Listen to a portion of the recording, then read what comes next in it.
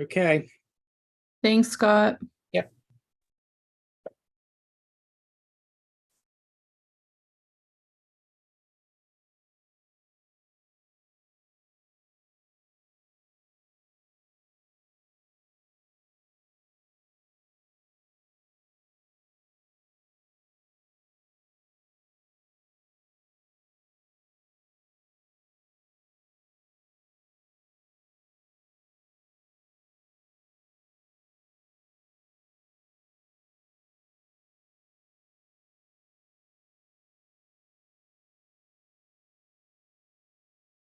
Hello, everyone, and welcome to the National Constitution Center. We are so excited that you're here today. It is Juneteenth, and we are celebrating the nation's second Independence Day with virtual and on-site programs all day long. We are so excited to have you here. In just a minute, we're going to begin our history, or it's rather Juneteenth and the Constitution program. One of our museum educators is going to walk us through the events of June 19th, 1865, and also really talk about Juneteenth and the Constitution and how it all ties together. So we're very excited to have you all here with us today. Do me a favor, as I've been asking you all day, test out that chat feature for me. Let me know where you're tuning in from, who you are tuning in with. And if you have any questions, I'm going to do my best to get those to my colleague, Brian, who is live at the National Constitution Center, who's going to kick us off in just a bit. But very excited to have you all here, and a very happy Juneteenth to all of you. Some of you, I'm recognizing some of the names. You've been with us all day for many of our programs, so we really appreciate it. We love that you're dedicated to learning on this day. This is going to be a wonderful program. Brian does a great job of walking through the events of June 19th, 1865, and really talking about kind of unpacking the lasting impact of Juneteenth, where we see the celebrations in the Constitution, where we see that legacy continued. So it's going to be a wonderful conversation. We've got probably another minute until go time, and then we're going to go ahead and begin. But feel free, let us know where you're tuning in from, where in the world you are, and how you are celebrating Juneteenth today. I see we've got Maryland well represented, New Jersey, Pennsylvania. We've got New York, Philly, very exciting. If any of you are in person and you have some time, if you're in the Philadelphia area, we are offering free admission today, courtesy of citizens. So stop by the center, see some amazing artifacts, talk to our staff, and ask all of your Juneteenth questions. We are here for you. All right, we've got just a little bit of time until we get started. And we're going to go ahead and begin. I'm going to stop sharing my screen. Spotlight the National Constitution Center for everyone.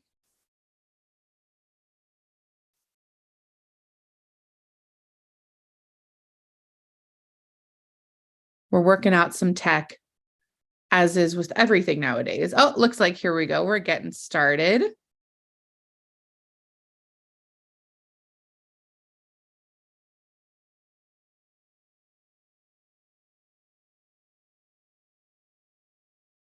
All right, folks, we're going to go ahead and get started. If you have questions, again, feel free, pop those in the chat. I'm going to do my best to make sure that Brian, who I can see is getting settled on stage there, is going to begin.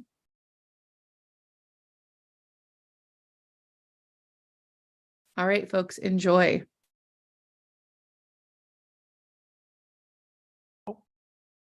It's like I'm live.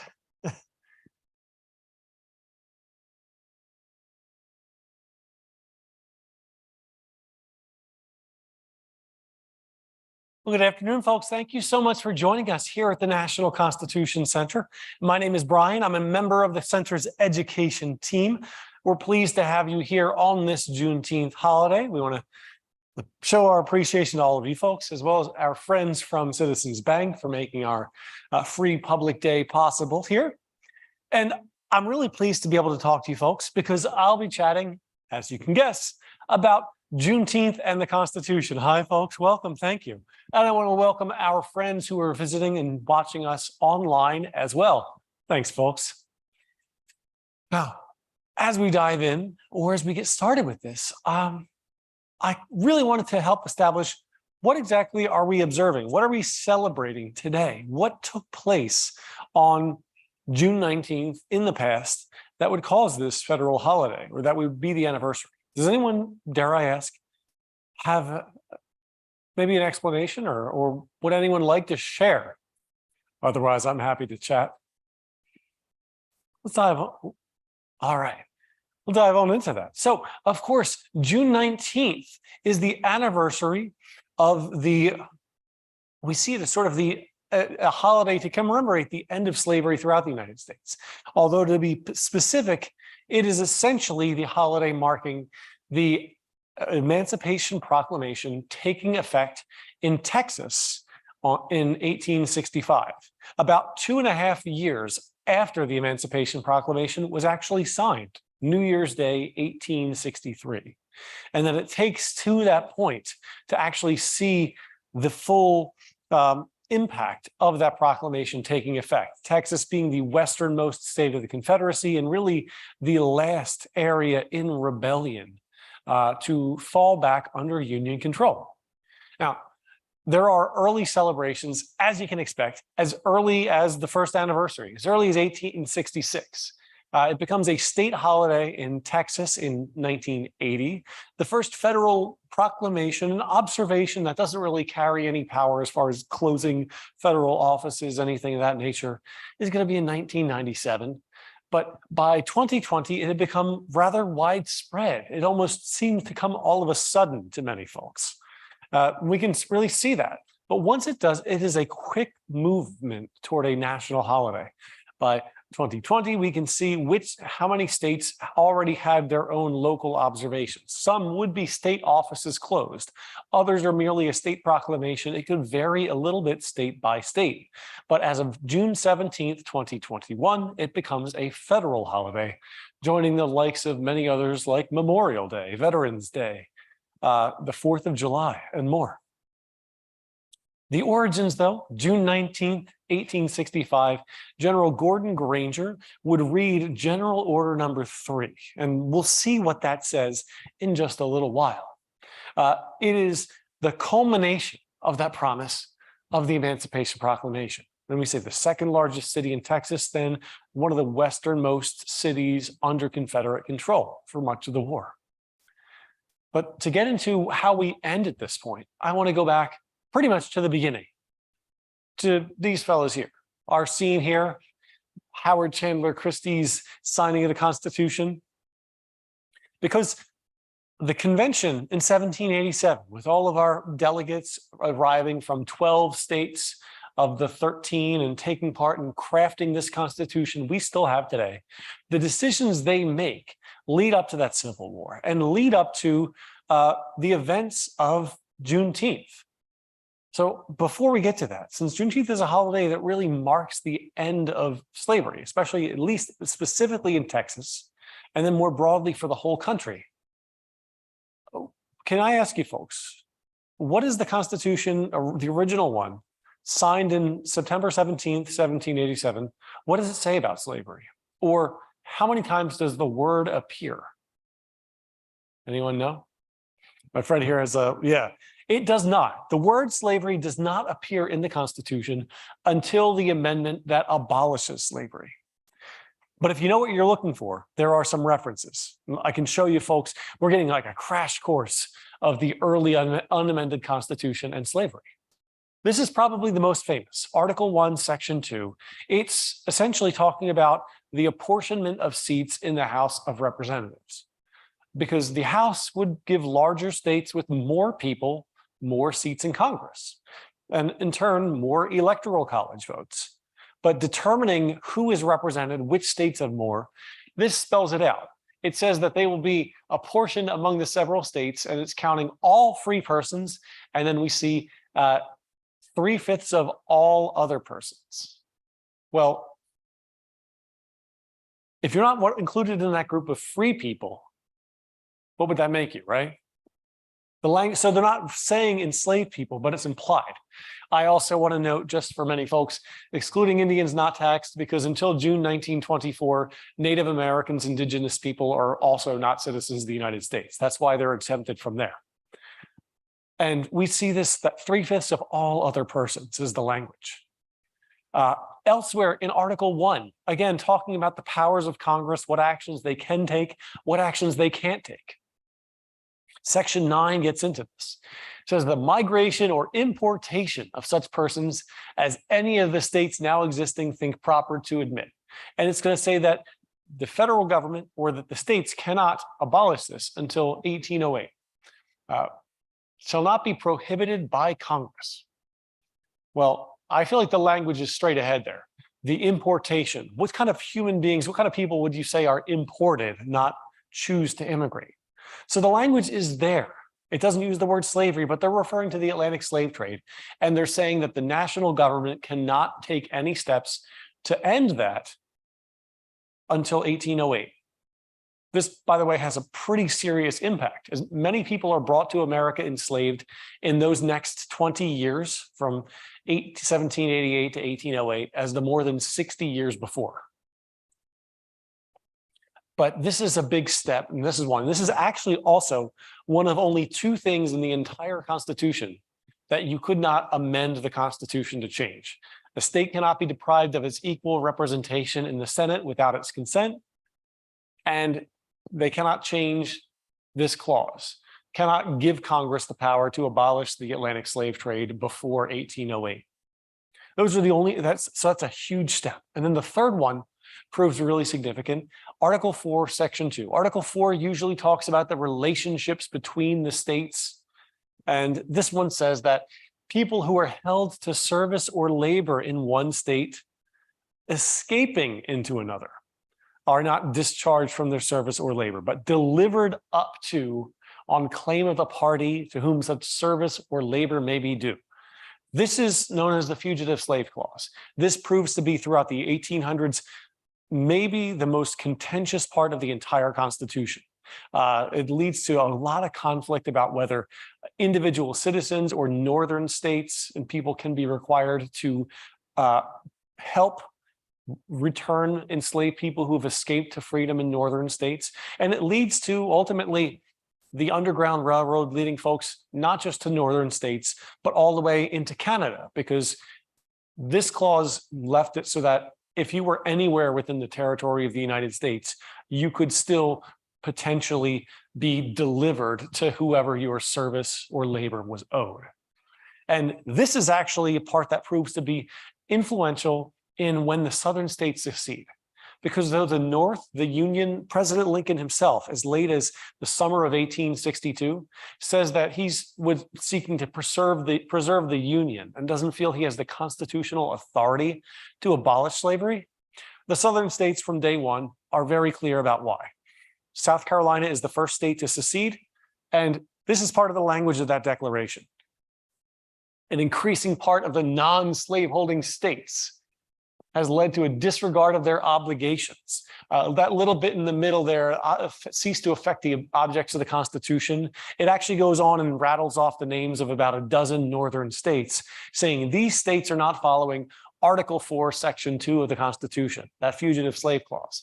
And they're saying that they are not returning people. None of them has the state government complied with this stipulation made in the Constitution. This is one of their main arguments, is that northern states are not complying with the Fugitive Slave Clause, with Fugitive Slave Acts, and more. There's also a statement they make. A physical line has been drawn across the Union, and all states north have united in the election of a man to the high office of president. His name doesn't appear here, you notice, but we know who they're talking about. By the time Abraham Lincoln assumes office, 7 states have already seceded. This all happens before he becomes president. And they quote his famous speech, his House Divided speech, where he says that the country cannot endure half slave and half free. They are not willing to find out which half is going to win that argument. These states secede. South Carolina is not the only state that makes a constitutional argument on why they're seceding. Mississippi, this is literally the first 2 sentences of their Declaration of Secession. They're saying, in the momentous step our state has taken, we should declare the reasons that have induced our course. So the very first reason Mississippi gives is our position is thoroughly identified with the institution of slavery, the greatest material interest of the world. So the Confederate States are very explicit about why they're doing this, which plays a role in essentially the acts that lead to Juneteenth. And the firing on Fort Sumter, the beginning of hostilities, additional Southern states joined the Confederacy after that point. And then on September 22nd, 1862, in the midst of the war, 5 days after the Battle of Antietam, Abraham Lincoln delivers a preliminary Emancipation Proclamation. We are 100 days before the new year. This doesn't take effect. He doesn't sign it yet, but he announces, I'm going to do this.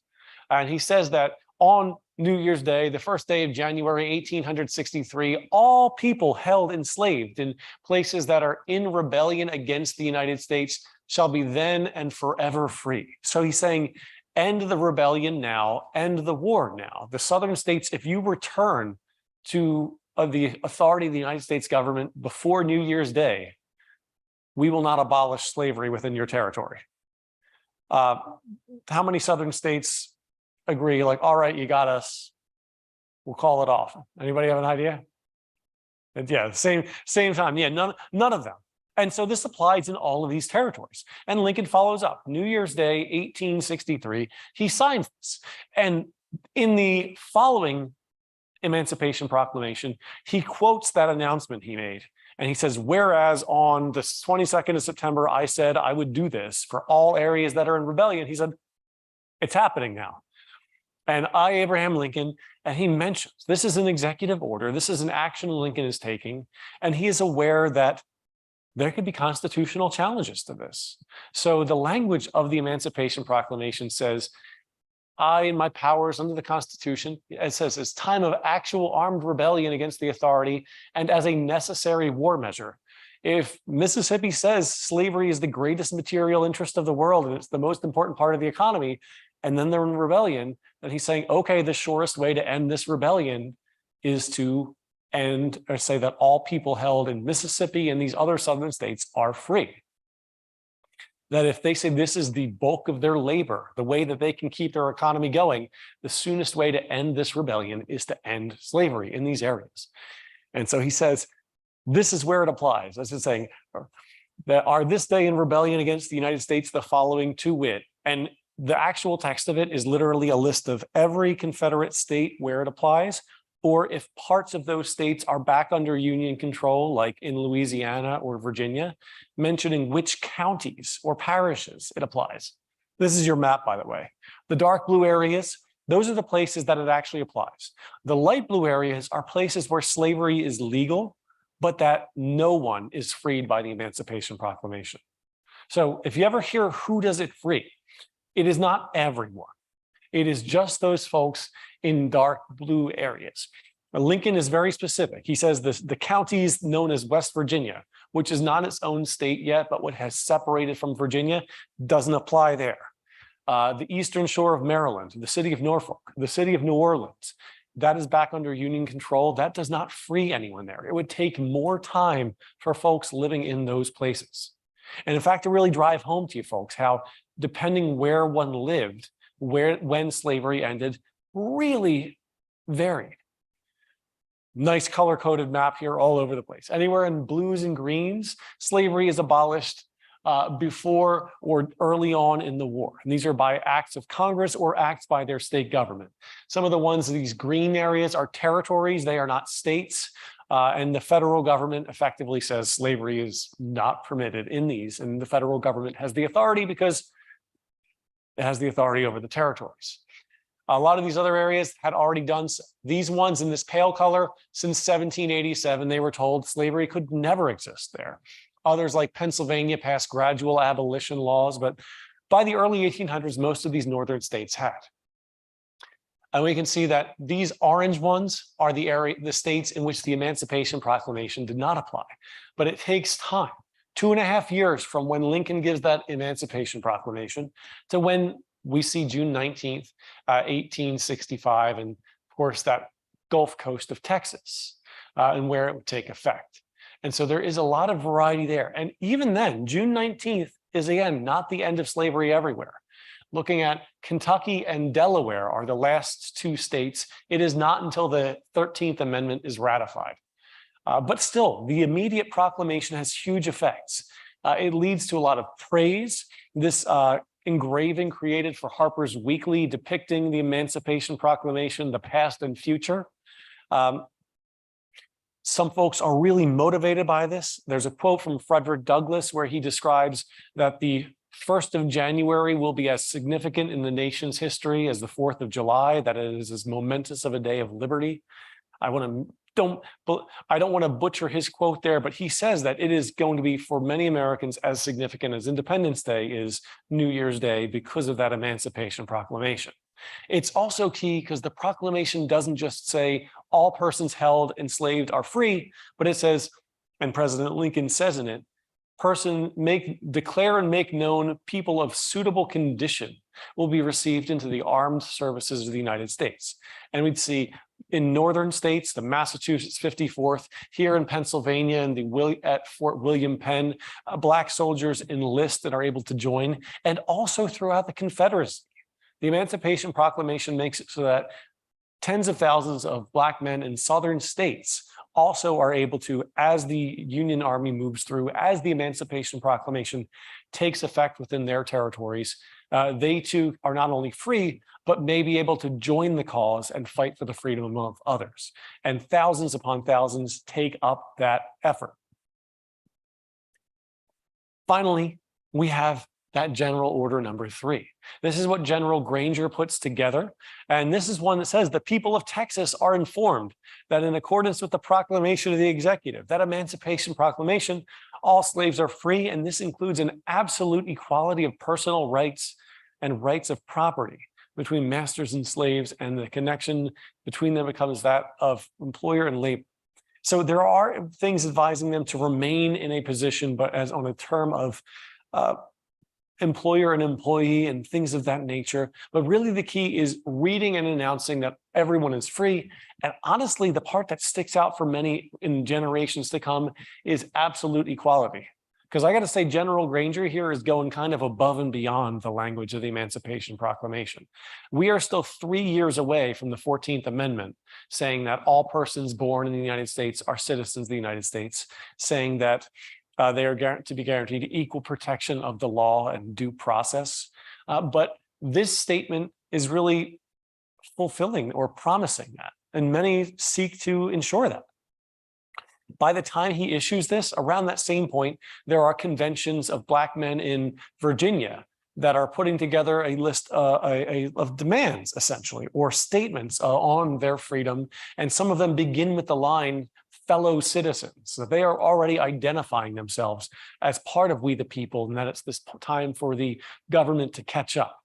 And borrowing that language, this is a mural that was actually unveiled near to where General Granger had issued General Order 3. The building itself is no longer standing, but this was actually unveiled in Galveston in 2021, called Absolute Equality by Reginald Adams. And we have a Lincoln delivering that Emancipation Proclamation, General Granger signing it, but then we have future generations marching for equality and to fulfill that promise of absolute equality. This is not the end of the story of the Emancipation Proclamation, but the beginning of trying to fulfill that promise.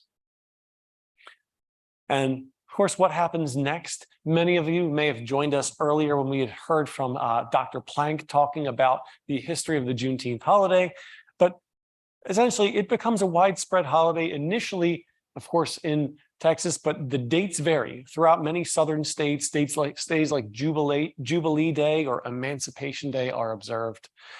These become more widespread around the country after the Great Migrations in the early 1900s and the mid 1900s, and the diaspora of African Americans who were freed on Juneteenth or on other dates begin to settle and live in other parts of the country and bring traditions and this holiday with them.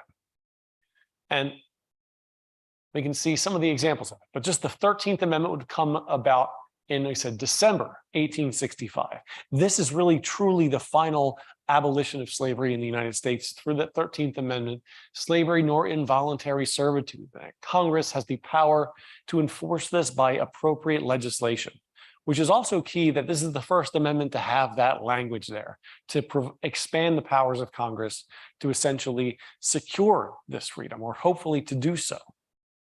And just a few examples before we wrap up there of these celebrations, and that they took different forms, different names. Juneteenth is essentially today covering many of these, though they may have been observed on different dates in their history. This would have been April 19th in Washington, D.C., celebrating the anniversary of the D.C. Emancipation Act, which took place during the war in 1862, so shortly before the Emancipation Proclamation. Lincoln and the federal government did feel they had the authority earlier to abolish slavery in Washington because it was not a state. It was under federal authority. Texas, of course, would have celebrations on June 19th, and then other states, Virginia, this one would have been on April 3rd, which I like that as an example because April 3rd, 1865 is Emancipation Day in Virginia. And it's another 2.5, that's the fall of Richmond and the Confederate capital. And it's another 2.5 months until Galveston, Texas, in the far west of the Confederacy, where it takes effect essentially in the last holdouts. In the last few years, it's become this national holiday. There have been resolutions observing it, but there was never legislation making it this national holiday until 2021. It was introduced early in that Congress in February of 2021, a unanimous vote, which, as you can imagine, there are not a lot of unanimous votes. It's kind of difficult to get every voting member of the U.S. Senate on board, but a unanimous vote of the U.S. Senate submitted this to the president's desk, and it's signed into law June 17th, 2021, and now continues to be observed as a federal holiday here in Philadelphia and around the country. I want to thank you folks for joining us. I hope you enjoy the rest of your day. If there's one more piece for our friends who are in the building, I'd love to suggest, if we haven't been to our Civil War and Reconstruction exhibit, there are a series of interviews. The kiosks say in their own words. There's at least one account that this is not so far removed of history as we may think. There's a 1941 interview with a woman named Laura Smalley, who was living in Galveston, Texas, and who would have been notified on June 19th, 1865. She would have been, I think, a preteen girl at that point. And again, 1941 is within the lifetime of many people today. There realistically are people who know, living today, who knew folks who had been emancipated on Juneteenth. This is near history to many of us, and I think it's really wonderful that we're able to come here today and hopefully learn a little bit more about it. But I want to thank you folks. I want to thank our friends online as well. Have a wonderful rest of your day, folks, and a happy Juneteenth. Wonderful. Thank you so much to Brian for leading this conversation about Juneteenth and the Constitution. I know that I learn something new every time that Brian speaks. So I'm very excited to share this moment with all of you. We have 2 more programs to round out our Juneteenth celebrations for the day. We have happening in about 35 minutes, our Road to Freedom program, where our education manager of student and teacher programs, Kevin Lynch, will be sharing kind of a slideshow really discussing the big events that lead up to the Civil War. So Kevin will be joining us at 2:45 Eastern for this program. And it's a great walkthrough of the events that really lead up to the Civil War, kind of focusing on some key figures, some lesser known figures, which is exciting too, and how we kind of really escalate toward war. But it's a wonderful program. We hope to see you then in about 35 minutes. And then I started the day at 9:45 a.m. Eastern with a For Harriet show, and I'm going to end the day at 3:45 Eastern with a For Harriet show.